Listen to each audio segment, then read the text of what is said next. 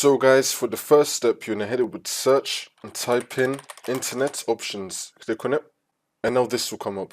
Now once you're on this, you're going to click on the security tab, and now you're going to select trusted sites. Now once you're on this, you're going to click on custom level, and now this will come up. And now once you're on this, we're going to scroll down until we find initialize and script ActiveX controls. We're going to scroll down just a little bit till we find, here it is, initialize and script ActiveX controls. Now once you find this, you want to select enable.